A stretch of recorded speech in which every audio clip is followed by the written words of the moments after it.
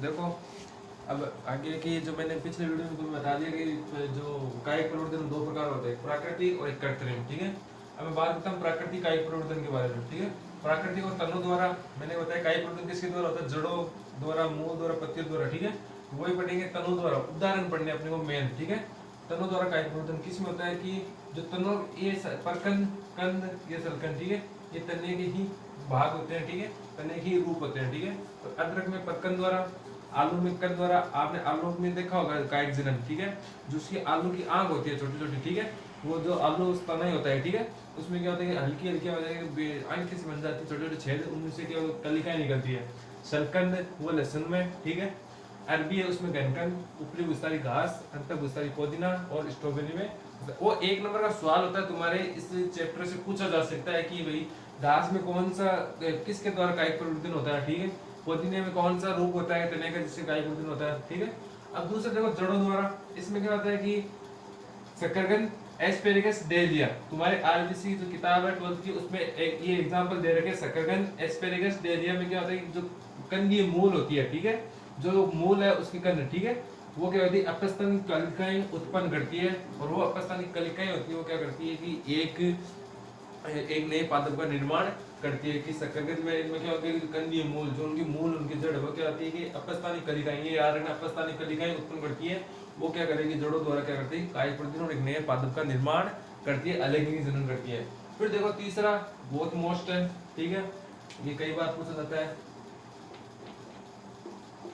पत्तियों द्वारा, पर्ण द्वारा कायिक परिवर्तन। ठीक है, कि पत्तियों द्वारा कायिक परिवर्तन किस में पाया जाता है। देखो ये बहुत कम पादप होते हैं जिनकी पत्तियां क्या करती है नए पादप का निर्माण करती है, जैसे ब्रायोफिलम। ठीक है, ब्रायोफिलम जो पत्ती है, ठीक है, उस ब्रायोफिलम के पत्ती में क्या जो इसमें हिंदी में बोलते हैं पत्थर चटा। ठीक है, ये इसकी क्या होती है जो पर्ण होती है, देखो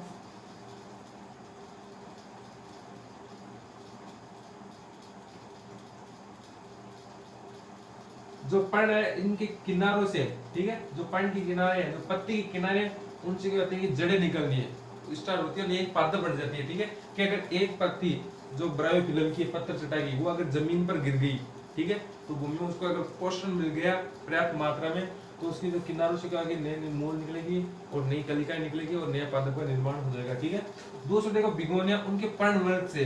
ठीक है, ये जो पर्णवर्ग है ना, ये पत्ती के नीचे वाली जो वृंत होती है, ठीक है, लंबी सी। ठीक है, इससे क्या होगा नया पादप बनेगा, किसमें, बिगोनिया में, पत्थर चट्टा में पर्ण के किनारों से।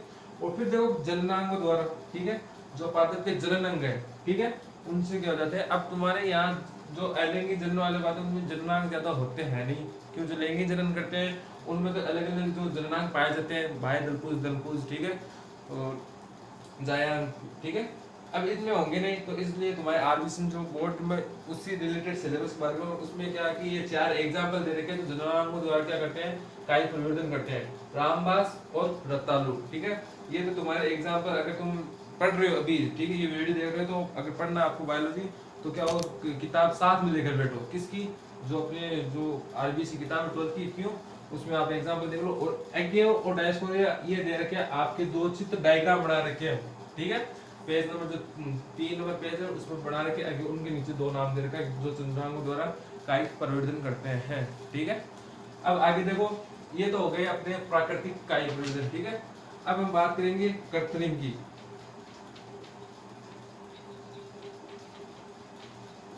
मैं बता देता हूँ,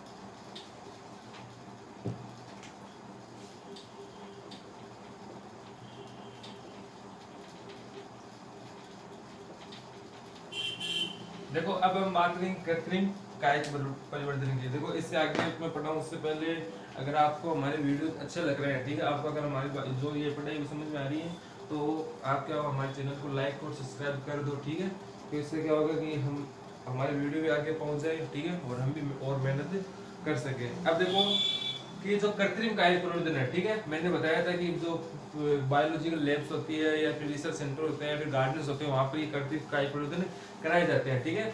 ये अलग अलग प्रकार के होंगे, ठीक है।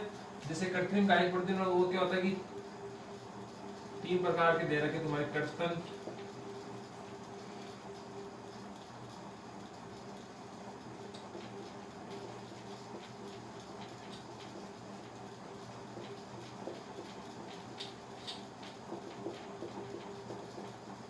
देखो सुनो क्या होता है कि जो कर्तन है, ठीक है, या इसको इंग्लिश में बोल सकते हैं अपन कटिंग।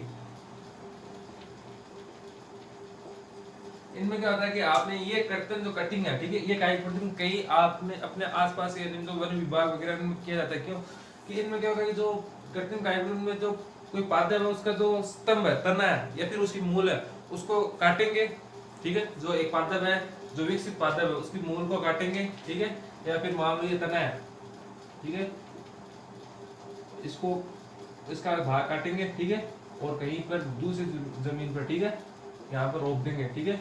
उससे फिर वो क्या हो जाएगा, कायिक प्रवर्धन, ठीक है, हो जाएगा। और इस ऐसे क्या करेंगे, मूल से क्या करेंगे, ये 2 प्रकार का होता है, एक तो मूल से और एक तने से।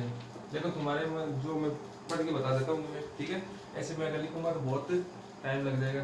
देखो स्तंभ कर्तन या स्तंभ स्टेम कटिंग, इस विधि में पौधे के स्तंभ भाग को छोटे टुकड़ों में काट कर जमीन में रोप दिया जाता है, ठीक है। और इससे क्या होगा कि कायिक प्रवर्धन कारक प्रभावित, ठीक है। अब देखो ये जो कर्तन जो कायिक परिवर्तन है, ठीक है, जो कर्तन कायिक परिवर्तन वो कई बार डिपेंड करता है कैसे कि अगर मान लो तुमने क्या किया, ऐसे तना ले लिया जो अभी अल्प विकसित है, अभी विकसित हुआ ही नहीं, ठीक है, या उस पौधे की हाइट कम है, तो वो क्या होगा कि उससे नए पादप का निर्माण, मान लो ये अल्प विकसित है तो नए पादप का निर्माण होगा ही नहीं, ठीक है। जैसे इसमें उदाहरण में दे रखा है कि गन्ना,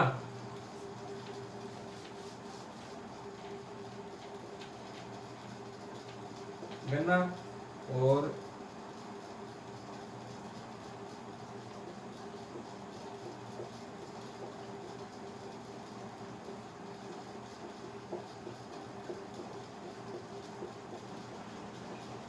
इनमें क्या होता है कि जो स्तंभ पाया जाता है, ठीक है। अब ऐसे देखो मूल, इसमें क्या होता है कि मूल को हम क्या करेंगे कि वहां से काटेंगे और दूसरी जगह जड़ लगा देंगे, ठीक है। अब देखो ये किस में होता है, नींबू, चेरी, अमरूद और सेब, इनकी जड़ों को काटेंगे और दूसरी जगह लगा देंगे, ठीक है। तो उससे क्या हो जाएगा, कृत्रिम कायिक प्रवर्धन हो जाएगा। फिर देखो दाब लगाना, देखो इसमें क्या होगा कि अपन क्या करेंगे कि जो कोई नया पादप है, ठीक है, जैसे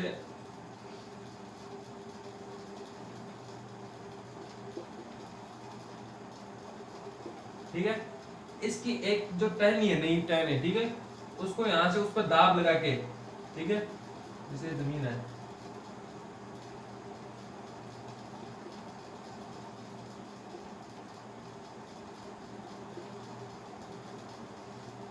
ठीक है, उसको क्या करेंगे, इस टहनी को ऐसे मोड़ कर, टहनी आप जान गए कि जो तने का भाग है टहनी, ठीक है, उसको यहाँ से मोड़ कर क्या जमीन में दाब देंगे यहाँ से, ठीक है, उसको दाब लगा के उसमें दाब लगा देंगे, ठीक है। लेकिन एक बात नोटिस करना कि जो दाब लगाना जो कायिक प्रवर्धन है उसमें तने की जो टहनी की, ठीक है, पर्व संधिया,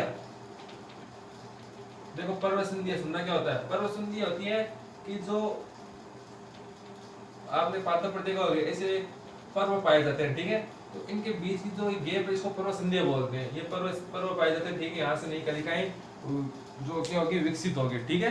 तो ये कम से कम 2 या 3 पर्व संध्या जमीन में दबनी चाहिए, फिर यहाँ से क्या होगी, जो ये पर्व संध्या फूटेगी, ठीक है, और नए जड़ें निकलेंगे और नए कायिक प्रवर्धन, ठीक है, नए पादप का निर्माण करेगी, ठीक है। और एक दाब लगाना है,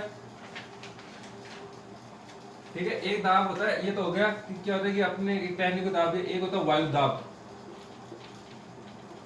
ठीक है।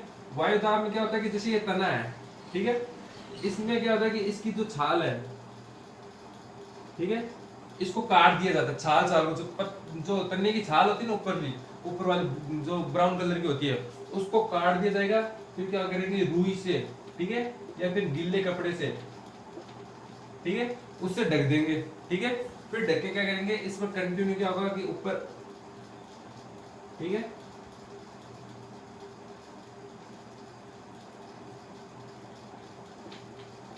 इस पर पानी डालेंगे, ठीक है।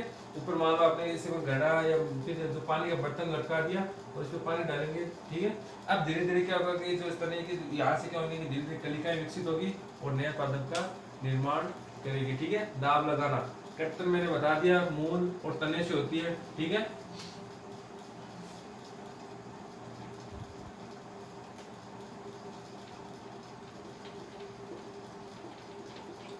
ठीक है, तने से होती है और जो दाब